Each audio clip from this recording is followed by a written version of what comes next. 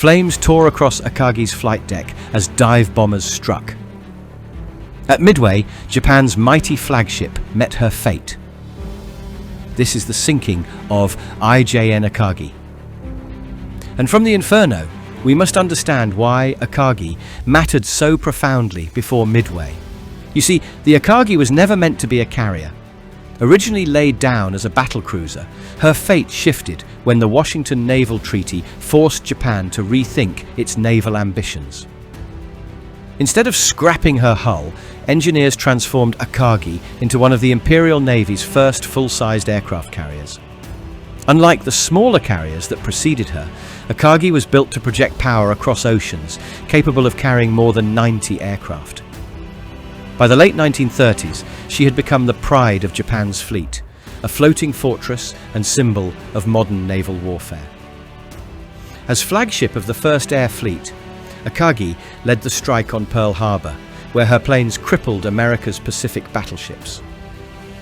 For months after, Akagi stood at the spearhead of Japan's dominance, a vessel that seemed untouchable, until Midway changed everything. But Akagi's greatest trial came as Japan set its sights on Midway.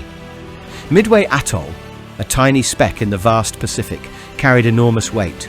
For Japan, it was both a strategic outpost and a baited trap. By seizing it, the Imperial Navy hoped to extend its defensive perimeter and draw America's remaining carriers into a decisive ambush. Confident after months of victory, Japanese planners believed US naval strength could be crushed in one blow. At the heart of this plan was Akagi, sailing proudly as flagship of Admiral Nagumo's first carrier striking force. Alongside Kaga, Soryu, Desailly, and Hiryu, she carried elite pilots who had already proven devastating at Pearl Harbor and across Southeast Asia. But what Japan did not know was that American intelligence had broken their codes. Instead of walking into an ambush, US carriers were waiting, ready to turn Midway into the battle that would decide the Pacific's future. As dawn broke, the first moves of this deadly chess match unfolded. On June 4th, 1942, Japanese aircraft roared off Akagi's deck, bound for Midway Island. Their mission: obliterate American airfields and defenses, paving the way for invasion. The skies over Midway erupted with anti-aircraft fire as US Marines fought desperately to hold their ground. While Akagi's pilots inflicted heavy damage, they failed to fully silence the island's defenders. Meanwhile, American reconnaissance aircraft were already shadowing the Japanese fleet, reporting positions with remarkable precision. Back aboard Akagi, Admiral Nagumo weighed a fateful choice: rearm his aircraft for a second strike on Midway, or prepare for the possibility of US carriers nearby. The hesitation would prove costly. As Japanese crews scrambled to reload planes in the hangars below, the US Navy's own strike groups were forming, setting in motion the clash that would seal Akagi's fate. But in a single devastating moment, Akagi's dominance would shatter beyond repair.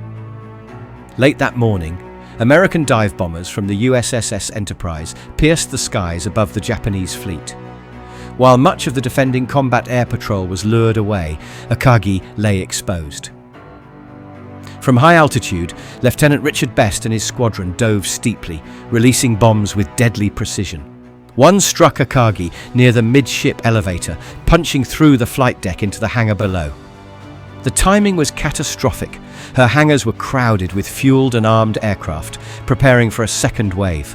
Within seconds, fireballs erupted, igniting aviation fuel that coursed like rivers through passageways. Explosions tore through compartments, sending smoke billowing skyward and scattering crewmen in chaos.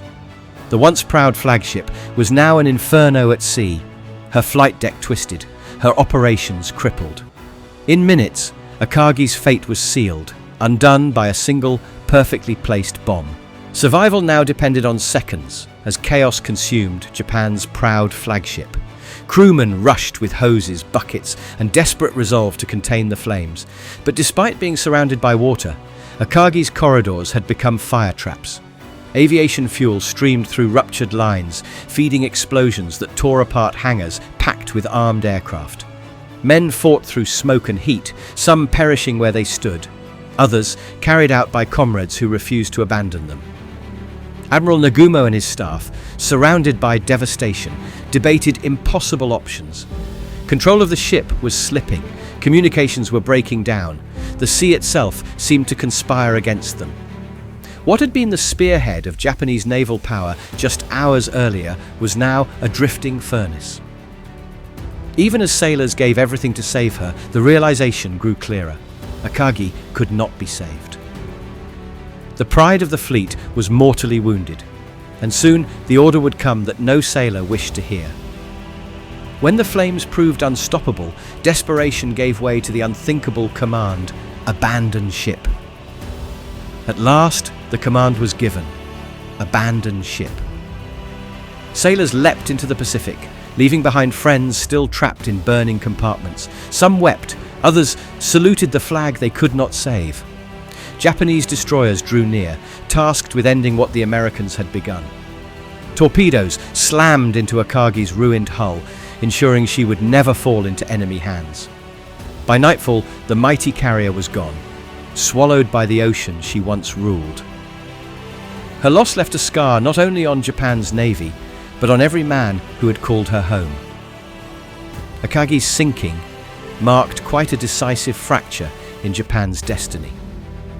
The Battle of Midway ended with 4 Japanese carriers, namely Akagi, Kaga, Soryu, and Hiryu, all 4 giants lost in a single day. This devastating blow shattered the core of Japan's carrier striking force, removing its most experienced pilots, flight crews, and commanding officers in one swift stroke. For the first time in the war, Japan no longer held the initiative in the Pacific. The loss of Akagi as flagship symbolized the collapse of a strategy built on speed, surprise, and overwhelming force.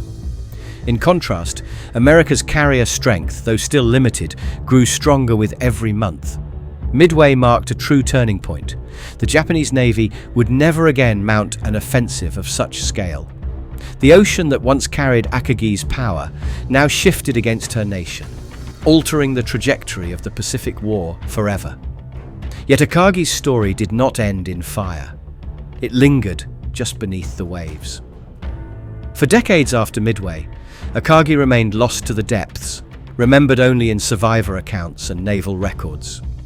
To Japan, she symbolized both pride and painful loss, the flagship that had led the nation's rise, yet also the harbinger of its fall. In 2019, explorers aboard the research vessel Petrel finally located her wreck, resting nearly 3 miles beneath the Pacific surface. The discovery revealed haunting details: her flight deck torn open, hull twisted by explosions, scars of the day that sealed her fate. Seeing Akagi again after 77 years gave historians and sailors alike a chance to reflect, not only on strategy and tactics, but on the human cost of naval warfare. She remains a time capsule of sacrifice, a silent reminder of how one ship's fall helped shape the destiny of nations.